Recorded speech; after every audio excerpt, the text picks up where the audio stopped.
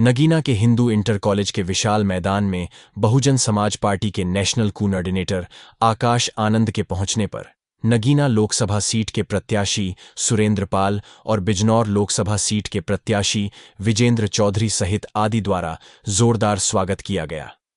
इससे पूर्व नगीना लोकसभा सीट के प्रत्याशी सुरेंद्र पाल ने संबोधित करते हुए कहा, कुमारी मायावती जी का सैलाब है और ये सैलाब बता रहा है कि आज भी जो मुझे बहन जी ने कहा था कि जाओ उस बिजनौर की धरती पर, जाओ उस नगीना की धरती पर, वहां मुझे प्यार करने वाले लोग बसते हैं, मेरी माताएं बहनें बसती हैं और वो तुम्हें आशीर्वाद देंगे। साथियों, मैं बहन कुमारी मायावती जी के आदेश पर उनका आशीर्वाद लेकर आप सब लोगों का आशीर्वाद लेने आपका सिपाही आपके बीच आया है। साथियों, आप देख रहे हैं और आपने तजर्बा किया है कि इस देश में जो सरकार चल रही है वो केवल पूंजीपतियों की सरकार है। सारी संपत्ति केवल दो परिवारों में सिमट गई है। इस देश का किसान, मजदूर, अकलियत और सभी बैकवर्ड समाज ये ठगा सा अपने आप को महसूस करता है।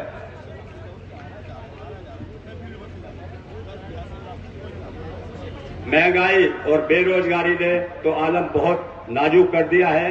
आप देखते हैं महंगाई की हालत। पेट्रोल जो 70 रुपए था 105 हो गया है।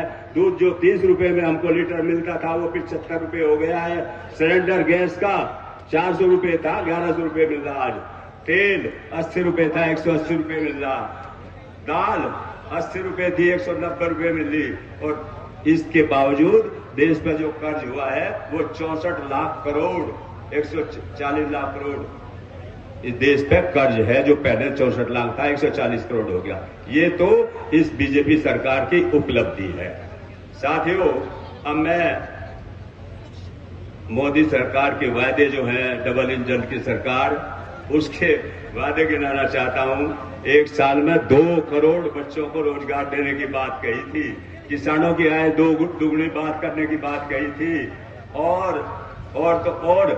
हमारे किसानों को और जो गरीब लोग हैं उनके खाते में 15 लाख की बात की थी। साथियों, बच्चों को तो जो हमारे रोजगार देने थे उनको तो पकौड़े तलने सिखा दिए कि तुम तो पकौड़े तलो, रोजगार की जरूरत नहीं।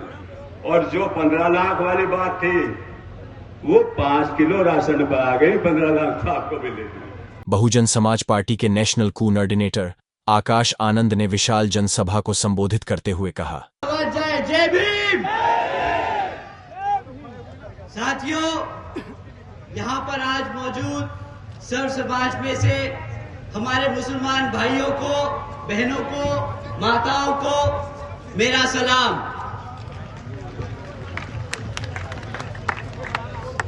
और बाकी सब समाज के, रिलीजन के सभी व्यक्तियों को, भाइयों बहनों को जो आज यहाँ मौजूद हैं, आप सभी को मेरा प्रणाम।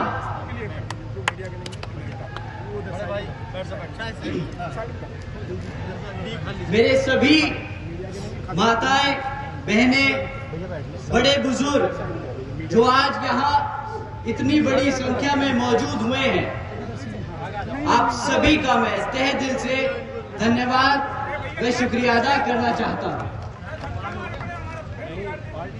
साथियों, साथ साथ में आज यहाँ मंच पे मौजूद पार्टी के सभी वरिष्ठ व छोटे बड़े पदाधिकारी एवं कार्यकर्तागण जिन्होंने इस सभा को इतनी बड़ी सक्सेस बनाने में अपना पूरा समय दिया, तो उन सबको भी मेरा तहे दिल से धन्यवाद। साथियों, इस लोकसभा के संबंध में कुछ जरूरी बातें रखने से पहले मैं बहुजन समाज पार्टी की राष्ट्रीय अध्यक्ष एवं उत्तर प्रदेश की 4 बार मुख्यमंत्री व पूर्व सांसद आदरणीय बहन जी के नाम से लोकप्रिय हमारी आदरणीय बहन कुमारी मायावती जी को तहे दिल से स्वागत व धन्यवाद करता हूं, जिन्होंने अपना पूरा जीवन वामसे, DS4, वे बीएसपी के जन्मदाता एवं संस्थापक मान्यवर साहब श्री काशीराम जी के बताए हुए रास्ते पर चलकर परम पूज्य बाबा साहब डॉक्टर भीमराव अंबेडकर जी के मानवतावादी व आत्मसम्मान एवं स्वाभिमान के मूवमेंट के लिए अपना पूरा जीवन त्याग कर इस मिशन मूवमेंट और पार्टी को नई ऊर्जा देने का जो काम किया तथा उत्तर प्रदेश जैसे विशाल व महत्वपूर्ण राज्य में 4 बार अपनी पार्टी बीएसपी के नेतृत्व में सरकार बनाकर खासकर बहुजन समाज के लिए ऐसी मिसाल तय की जिससे प्रेरणा लेकर करोड़ों लोग यहाँ सामाजिक परिवर्तन व आर्थिक तरक्की की मिशन के लिए एकजुट लगे हुए हैं। इतना ही नहीं बल्कि मैं खुद उनके इस नेतृत्व से प्रभावित होकर बीएसपी मूवमेंट से जुड़ा हूं और उनके पदचिन्हों पर चलकर इस मिशनरी दायित्व कार्य व फर्ज को पूरी तरीके से निभाने की पूरी कोशिश करता रहूंगा। साथियों, मैं आपसे एक सीधी बात कहना चाहूंगा। आज मुझे पहली बार यहाँ उत्तर प्रदेश में अपनों के बीच बात रखने का मौका मिल रहा है, तो मैं अपने लोगों से अपने घर की तरह खुल के एक बात कहना चाहूंगा और बुरा ना मानिएगा कि ये थोड़ी सी बात शायद चुभ जाए। साथियों, आप सब जानते हैं कि बीएसपी के कार्यकर्ताओं को भटकाने के लिए, डीमोरलाइज करने के लिए विपक्षी पार्टियां कितने किस किस्म के हथकंडे अपनाती हैं।